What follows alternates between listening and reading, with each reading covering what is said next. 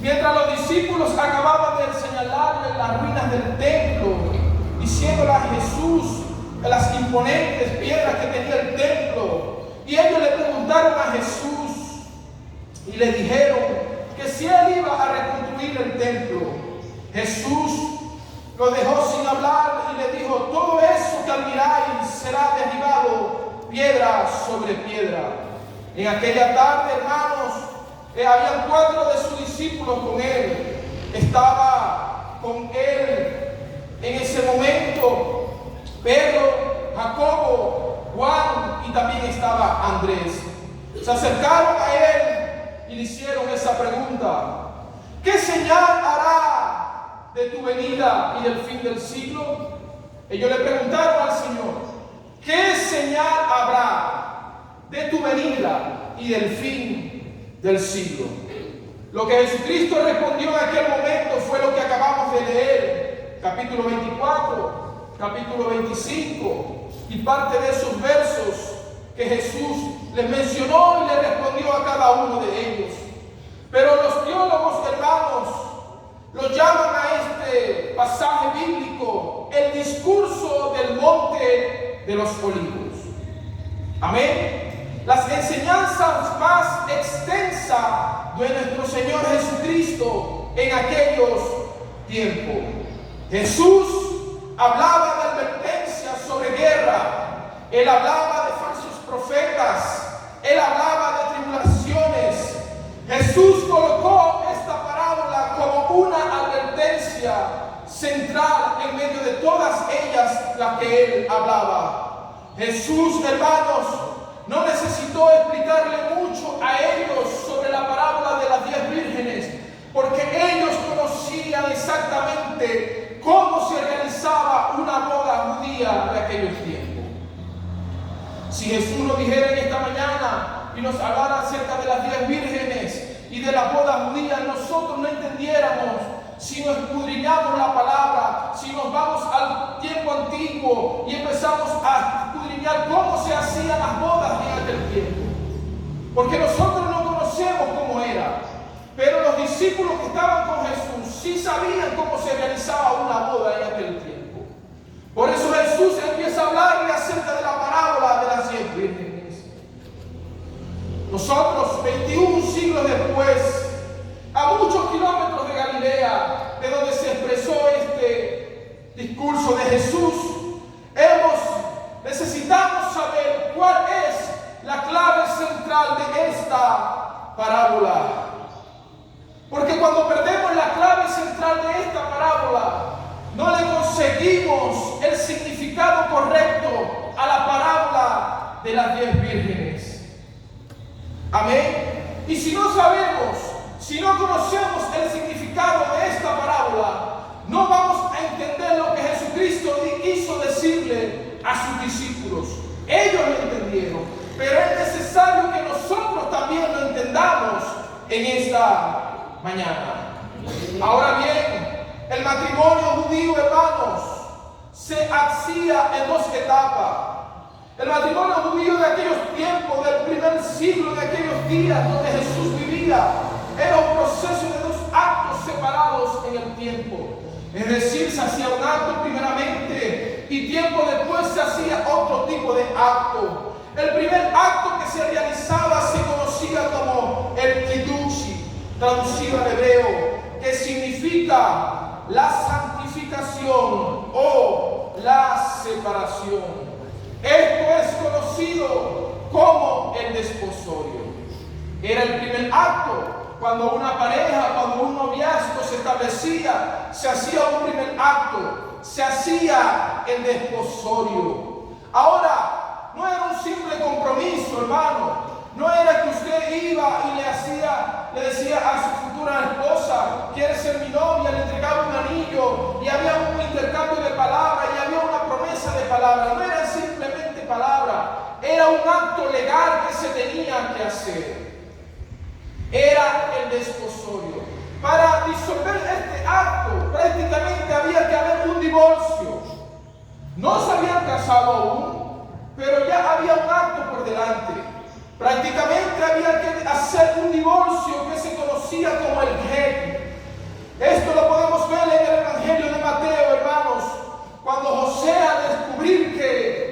María estaba embarazada, él quiso dejarla. Él quiso separarse de ella y tenía que hacerlo legalmente porque había ya un acto establecido. Ahora el segundo acto, hermano, era conocido como el nishuin y era considerado, hermano, muy común en la vida de los judíos.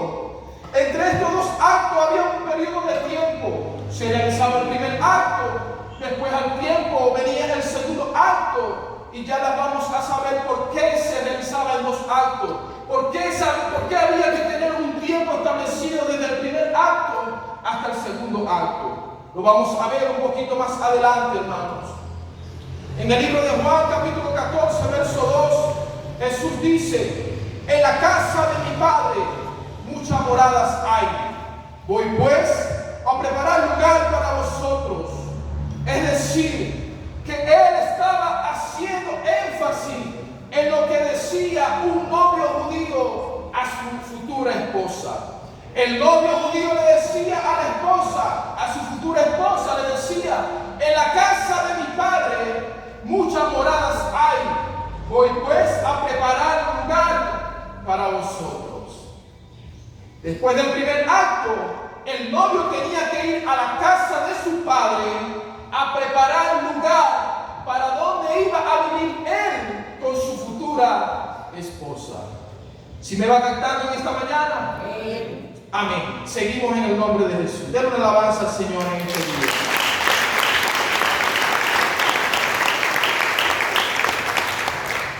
Él comenzaba a realizar la obra.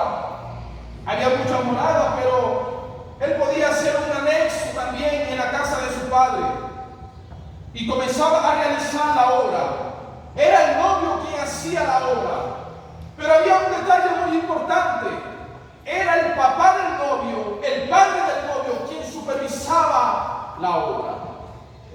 El padre del novio supervisaba a su hijo y supervisaba toda la construcción que él estaba haciendo. Y hasta que el padre del novio no diera la aprobación a su hijo, él no podía ir a buscar a su futura esposa. Cuando el padre veía que en su totalidad estaba construida aquella casa, aquel aposento, aquel refugio donde él iba a vivir con su esposa, con su futura esposa, el padre supervisaba, chequeaba la obra y le decía: está bien, ahora puedes ir a buscar a tu futura esposa. Amén. Era algo importante. ¿Qué tal si hoy en día nuestros padres fueran así? Hasta que no construya la casa para tu esposa no te puedes casar. Sería muy bueno en este tiempo. Pero lamentablemente esa costumbre se ha perdido. Así se hacía en el tiempo de Jesucristo. Habría que preparar una morada para su esposa.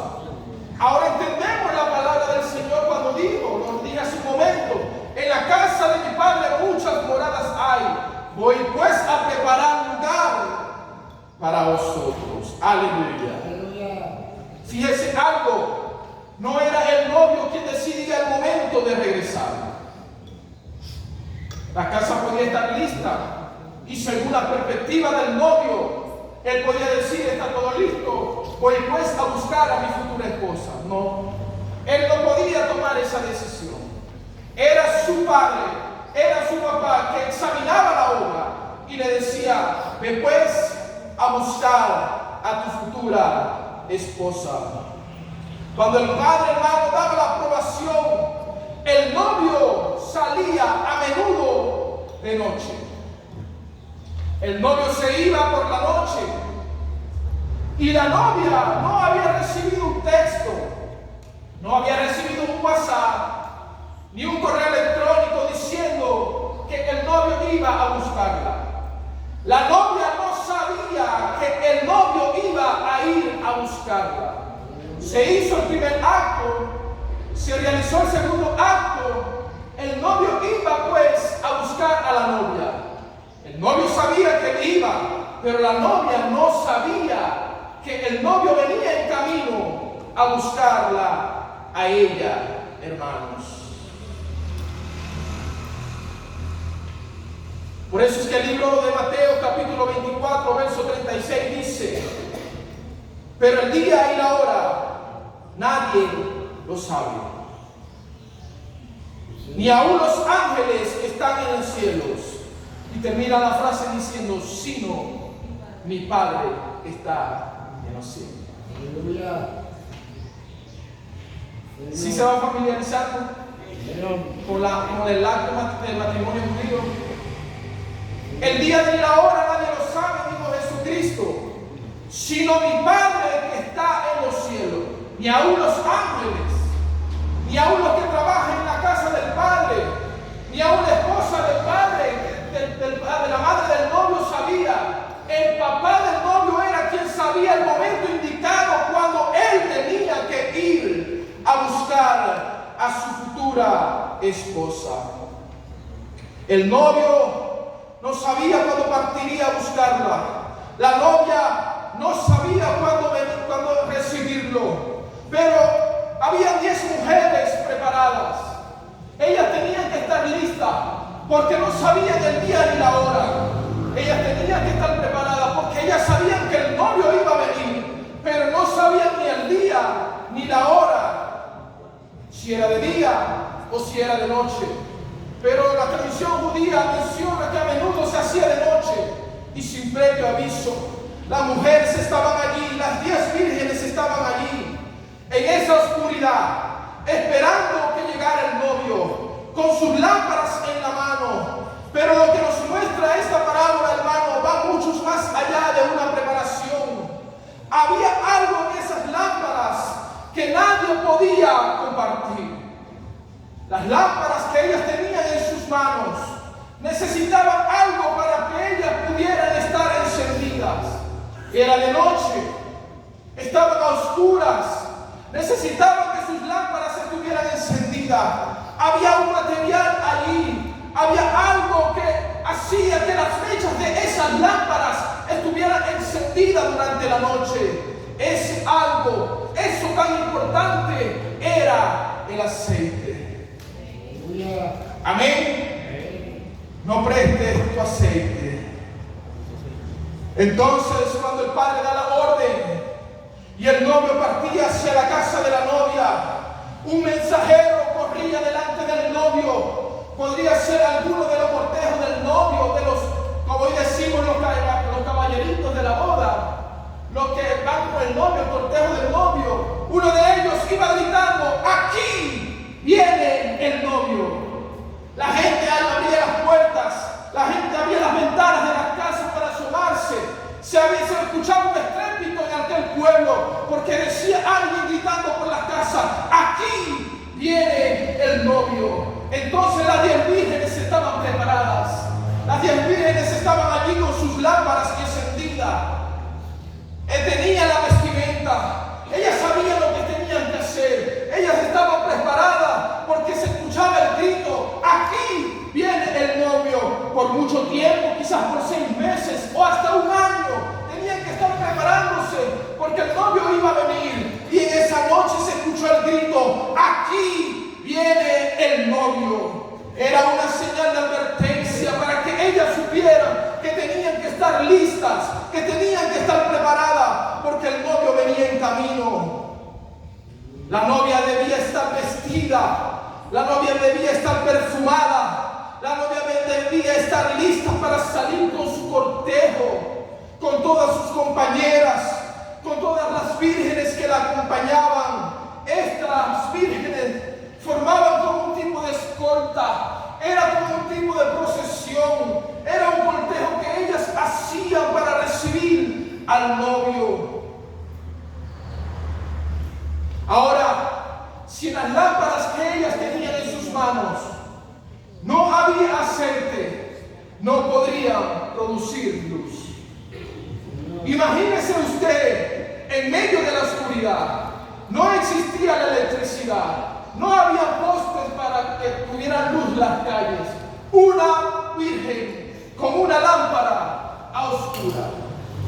¿Cómo le iba a guiar el camino si no tenía cómo alumbrar? No tenía una linterna, no tenía una lámpara encendida. Si no tenía aceite, no había dirección, no había una guía para ir a donde estaba el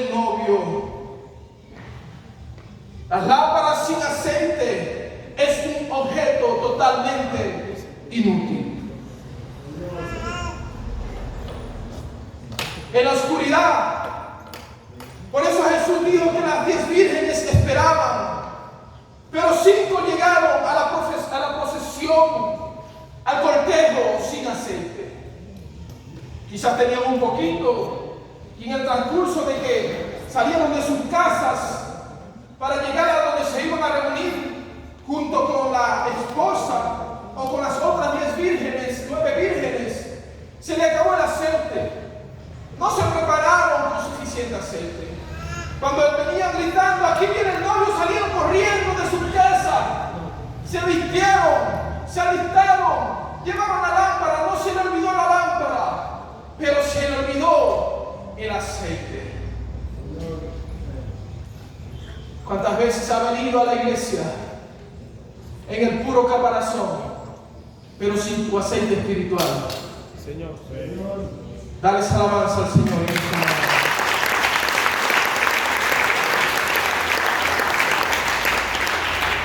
Las vírgenes conocían perfectamente lo que tenían que hacer. Conocían el protocolo. Conocían qué tipo de vestimenta tenían que usar. Cuando una pareja se va a casar, la novia más que todo elige la vestimenta para el cortejo. Un color verde, un color azul, cualquier color. Ellas conocían el color. Ellas conocían el modelo del vestido. Ellas conocían qué sandalias tenían que usar. Ellas sabían qué peinado tenían que hacerse. Ellas estaban preparadas física, superficialmente. Llevaron sus lámparas, pero no llevaron el aceite. Ahora, había una ley oral que se llamaba la Mishnah. Era una ley judía, hermano, que incluía regulaciones de aceite para aquellos tiempos. Es decir que, usted se acuerda cuando usted iba a comprar y le decían solamente puede llevar 2 harinas pan. Algo así. Usted iba a comprar el aceite y te decían solamente puedes comprar este poquito.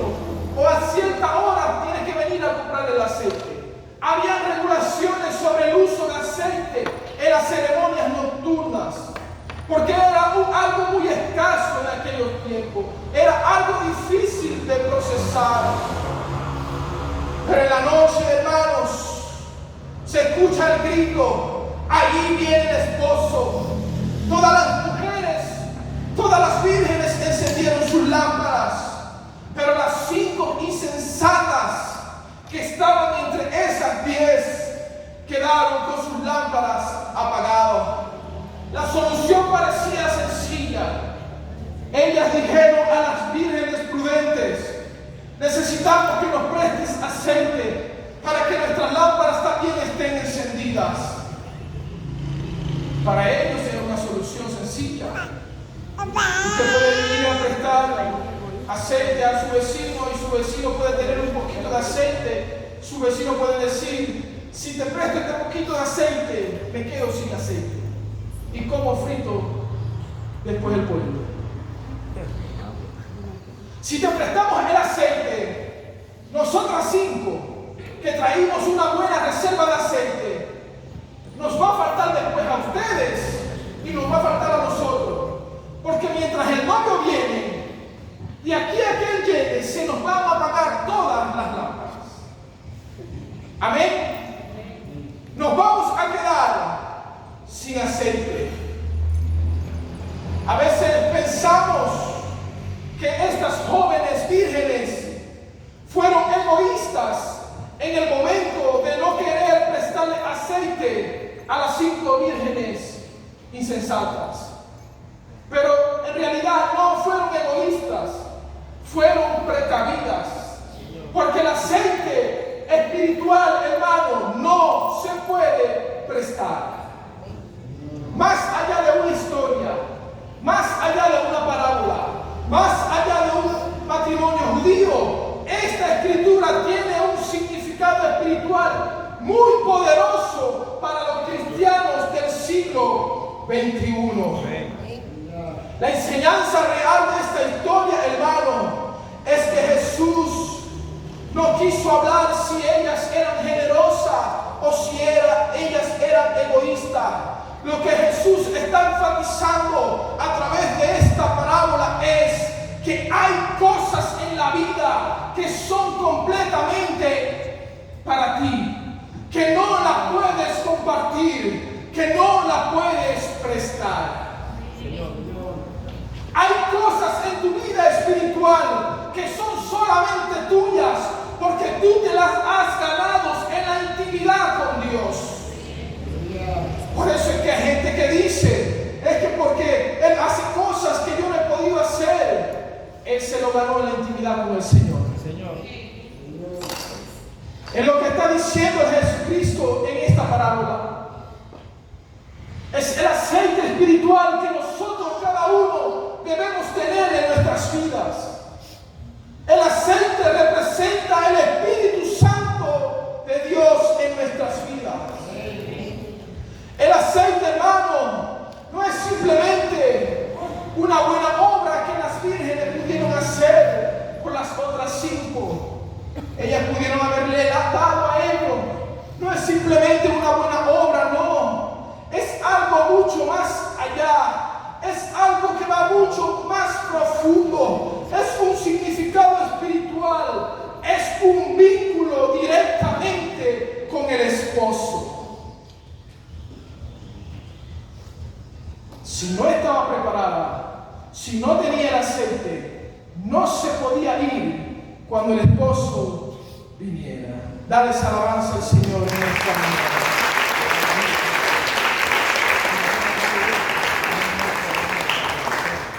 Amén. Voy con calma en esta mañana. Hablando espiritualmente, hermanos, las vírgenes prudentes tienen una reserva interna. Espiritualmente hablando, los cristianos verdaderos tenemos una reserva interna. Tenemos ese aceite espiritual en nuestras vidas. Cuando nosotros buscamos a Dios en la intimidad, en la consagración, ese aceite va a sobreabundar en nuestras vidas. Por eso es que el salmista decía: unge mi cabeza con aceite, mi copa está rebosando.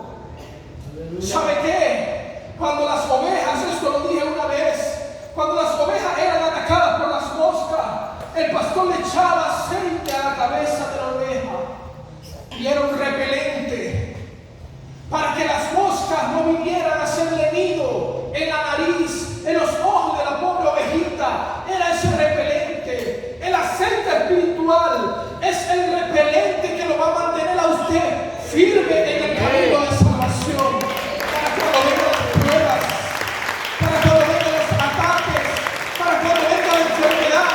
Si hay reserva de aceite, hay protección de parte de nuestro Señor Jesucristo.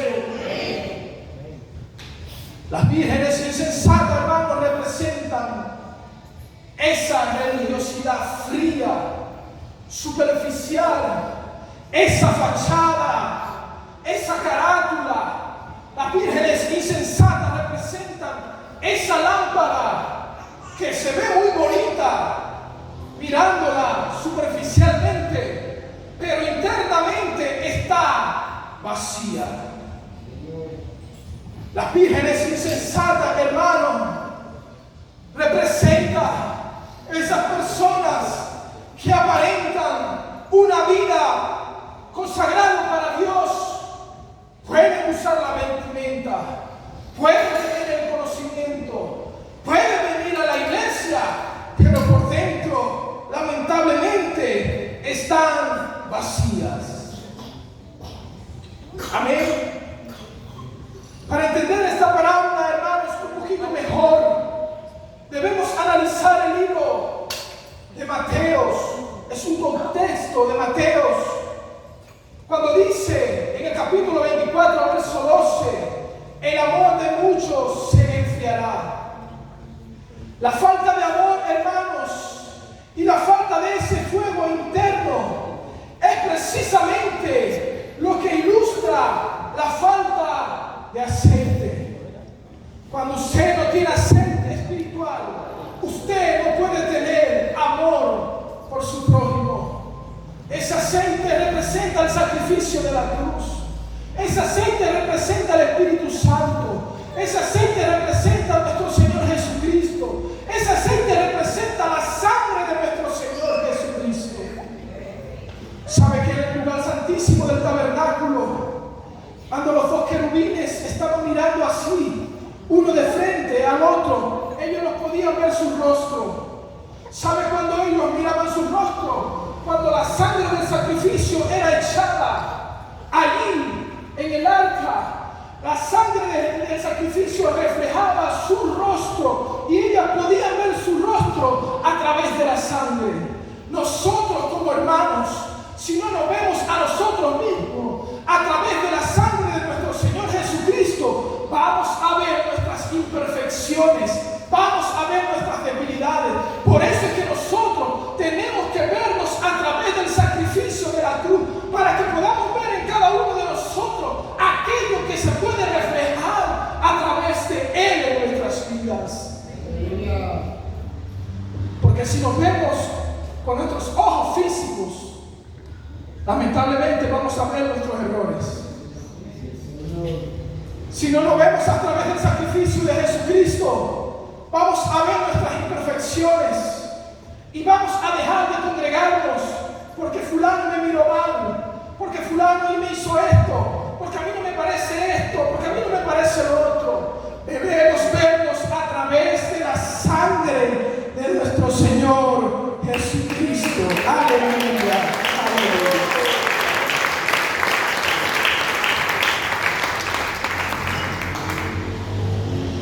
En el Antiguo Testamento, hermanos, en el libro de Éxodos, en el libro de 1 de Samuel también, el profeta Samuel ungió a David con aceite. Y desde aquel día el Espíritu del Señor vino sobre David.